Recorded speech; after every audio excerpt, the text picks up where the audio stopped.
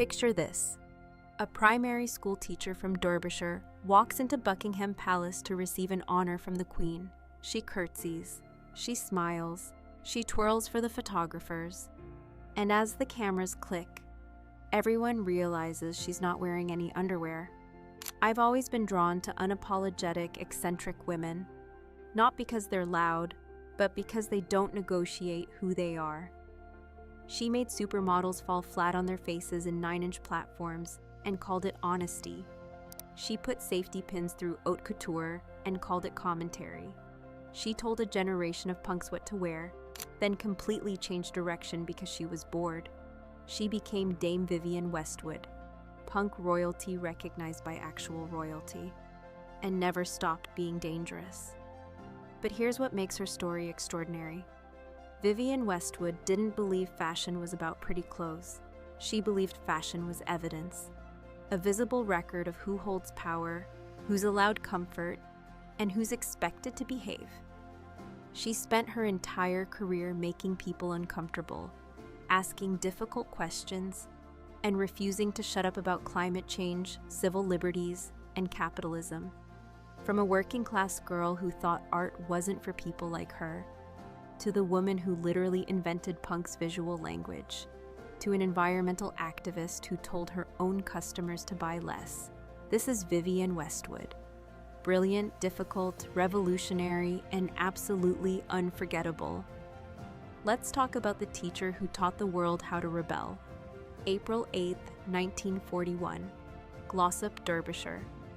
Vivienne Isabel Swire was born into a world that had very clear ideas about what working-class girls could and couldn't do. Her father was a cobbler and stove maker, practical work, honest work. Her mother worked in a cotton mill, repetitive labor that demanded endurance without offering recognition. This was post-war Britain, rationing, rebuilding, knowing your place. Young Vivienne was bright, creative, capable.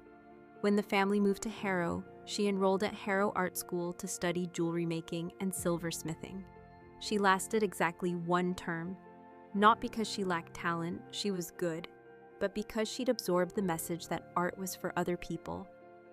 People with money, people with connections, not girls like her. "I didn't think you could make a living in the arts," she later admitted.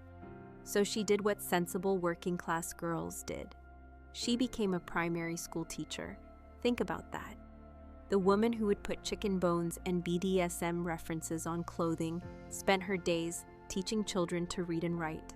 She married a factory worker named Derek Westwood in 1962, had a son, Benjamin, made jewelry on the side to sell at markets, lived within the margins of respectability. Nothing in her life suggested revolution, but everything was about to change. In 1965, Vivienne met Malcolm McLaren at a dance. Malcolm was an art student armed with Situationist theory and ideas about culture jamming.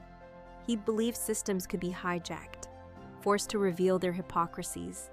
Vivienne translated theory into reality. She left her husband, a decision that carried real consequences in the 1960s, and stepped into creative partnership with Malcolm.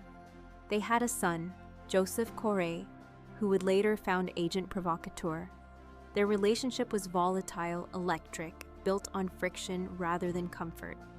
In 1971, they opened a shop at 430 Kings Road. It was called Let It Rock, and it sold teddy boy fashion. But the shop was never meant to stay the same. Reinvention was the point. A year later, it became Too Fast to Live, Too Young to Die, shifting toward biker and rocker gear. And then, in 1974, the name said everything. The shop became Sex, giant pink letters. The London Evening News called it the most shocking store in London. Walking past meant confronting rubber bodysuits, bondage trousers with straps connecting the legs, and imagery that made people cross the street. Jordan, one of the shop's iconic sales assistants, explained their philosophy. "We were there to confront, not to comfort. That was the whole point." Vivienne understood something crucial. Clothes aren't neutral. They're a language. And sex was selling rebellion as fashion fashion as weapon. Here's what people get wrong about punk. It didn't emerge organically from the streets. Vivienne Westwood designed it. Those safety pins holding torn fabric together? Vivienne. Bondage trousers? Vivienne. Tartan ripped apart and safety pinned back together? All Vivienne. The entire visual language of punk, the look that screamed anarchy and rejection, came from a woman in her 30s working out of a shop on King's Road.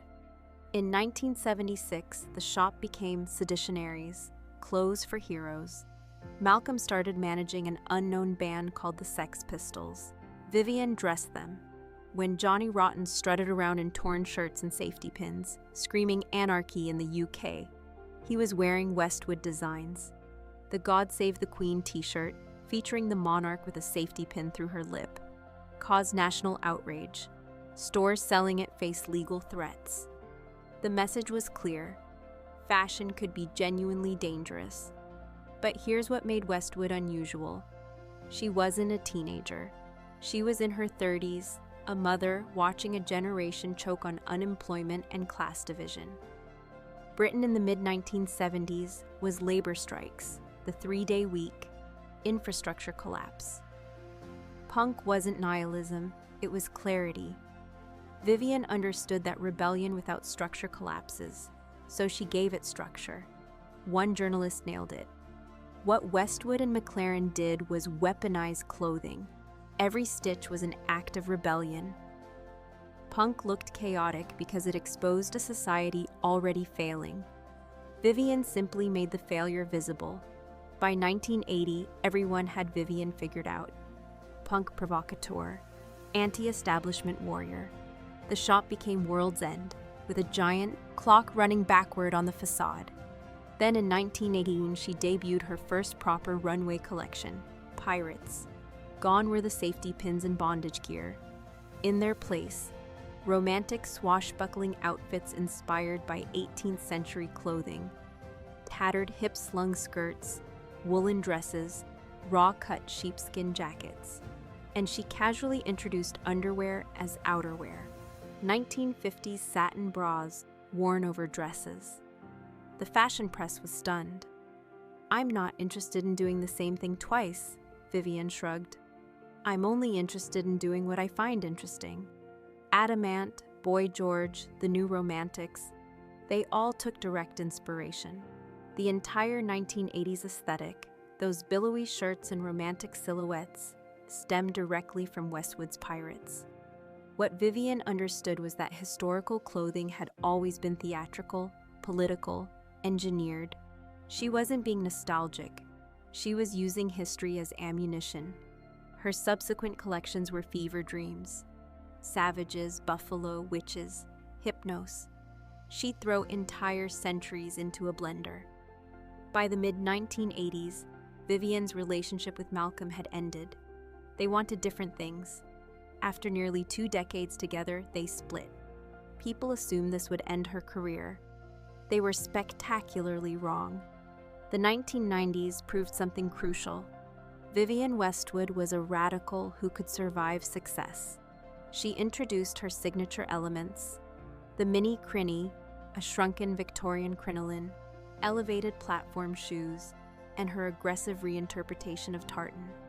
Her orb logo, a royal orb with a Saturn ring, perfectly captured her ethos, taking establishment symbols and twisting them just enough to be subversive while remaining recognizable. Then came the moment. Autumn-winter 1993 show, Naomi Campbell tottering down the runway in 9-inch purple mock croc platforms. And down she went. Most designers would be mortified. Vivienne, she kept making the shoes even taller. "My shoes are not designed to be comfortable," she declared. Fashion victims, quite literally. Naomi later joked, "I was hobbling down that runway. Vivienne didn't care if we could walk in those shoes or not. That was not the point.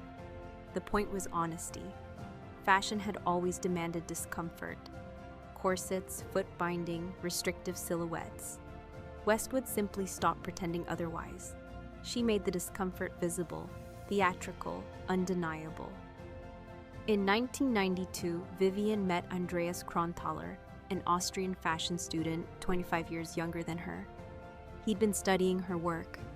They married in 1993. People gossiped about the age difference. Vivienne ignored them. Andreas became her creative partner, collaborator, eventually co-designer. Their relationship was genuinely equal, creative, romantic, intellectually challenging. That same year, Vivienne received an OBE from Queen Elizabeth. She went to Buckingham Palace, curtsied, and twirled for photographers outside. The cameras captured what she later confirmed. She wasn't wearing underwear. "I wanted to show off my outfit by twirling the skirt," she explained with a mischievous smile. "It didn't occur to me that, as the photographers were practically on their knees, the result would be more revealing than I expected." Whether planned or accidental, it became legendary. The punk who once sold bondage gear was now honored by the establishment she'd spent her career undermining. And she trolled them perfectly. In 2006, she was made Dame Commander, Dame Vivienne Westwood. The irony wasn't lost on anyone, especially Vivienne, but she understood that you could accept establishment honors and still refuse to be domesticated by them. Recognition didn't equal obedience. Here's where Vivienne becomes truly exceptional. While other designers focused on making pretty clothes, Vivienne used fashion as a political weapon. Climate change became her biggest crusade. At 71, she shaved her head to raise awareness. In 2012, she launched her Climate Revolution campaign. Her runway shows featured slogans like, "We're not drowning, we're fighting." And she wasn't just talking. In 2007, she transformed her business practices, embedding sustainability decades before it became fashionable. She reduced her collections by 50%. "Buy less, choose well, make it last" became her mantra. She was telling her own customers to shop less. In 2005, she designed protest t-shirts. "I am not a terrorist. Please don't arrest me." In 2015, she rode in a military-style armored vehicle to the Prime Minister's home to protest fracking. In her 70s, she dressed as a canary in a cage outside London's Old Bailey to protest Julian Assange's extradition. She read voraciously economics, political theory, environmental science. She treated ignorance as an insult. "I've always felt that even if I don't succeed, I still have to try," she said. Her activism got her in trouble. Critics called her naive. She didn't care. She understood something most people missed. Fashion is never neutral. What you wear is a political choice. December 29, 2022. Vivienne Westwood died peacefully at 81, surrounded by family in Clapham, London. She was working on designs, writing her memoirs, right until the end. The tributes poured in from across the globe. Anna Wintour. There's not another person who could claim credit for bringing punk and high fashion together. Marc Jacobs. You did it first, always, never afraid to speak your mind and to stand up for what is right. Even in her death announcement, her family included one last directive. Julian Assange must be freed, fighting until the very end. But here's what Vivienne Westwood really left behind. Proof that you can start late and still become legendary. She was 30 when she opened her first shop, 40 when she showed her first real fashion collection, a working-class girl who became a dame. She proved that fashion could be intellectual, political, revolutionary. That clothes matter because they're how we communicate with the world, that you don't have to choose between art and activism, beauty and politics, commercial success and integrity. She proved that rebellion isn't just for the young. She was protesting, agitating, challenging people into her 80s. She never mellowed. She never compromised. She never shut up. The list of designers influenced by Westwood reads like a who's who: Jean-Paul Gaultier, John Galliano, Alexander McQueen, Marc Jacobs. Stella McCartney once noted, "Vivienne showed us that you could be political and successful in fashion." She broke that barrier for all of us. Even fast fashion, which Vivienne detested, constantly references her work. Those plaid mini skirts at Forever 21. That's Westwood's influence. Safety pin embellishments at H&M, pure Westwood. The irony that her anti-establishment designs are now mass-produced worldwide wouldn't be lost on her. So who was Vivienne Westwood really? She was the primary school teacher who thought art wasn't for people like her, then picked up scissors and cut through every rule in the fashion playbook. She was the working-class girl from Derbyshire who became royalty, punk royalty and actual damehood. She was the woman who invented punk, then walked away from it because she was bored. She was the designer who told her customers to buy less, the activist who rode tanks to protest fracking, the scholar who read economics and environmental science, the rebel who accepted honors from the Queen, then trolled the establishment by going commando to the ceremony. She was complicated, difficult, brilliant, and absolutely authentic. She never pretended to be something she wasn't. She never played by anyone else's rules. The only reason I'm in fashion is to destroy the word conformity, she once said. Mission accomplished, Dame Vivienne. Mission thoroughly, spectacularly, brilliantly accomplished. The next time you see ripped jeans in a luxury store, or corsets worn as outerwear, or any design that makes you think, how is that fashion? Thank Vivienne Westwood. The teacher who taught the world that fashion isn't decoration, it's evidence, it's argument, it's power made visible. She gave us punk. She gave us political fashion. She gave us the idea that what you wear matters, that clothes can be dangerous, that fashion can change how we see the world. And she did it all while riding her bicycle to work, refusing to live lavishly despite her empire, staying curious, staying angry, staying absolutely herself. You have a more interesting life if you wear impressive clothes, Vivienne once said. And oh, what an impressively interesting life she led. Vivienne Westwood reminds us that rebellion doesn't have an expiration date, and that clarity is often mistaken for provocation. At History on High Heels, we tell the stories of women who refused to soften themselves to fit the world they were born into. And Westwood did that with scissors, fabric, and an unshakable sense of responsibility. She didn't decorate history, she interrupted it. And that is exactly why her story still matters. Thank you for watching.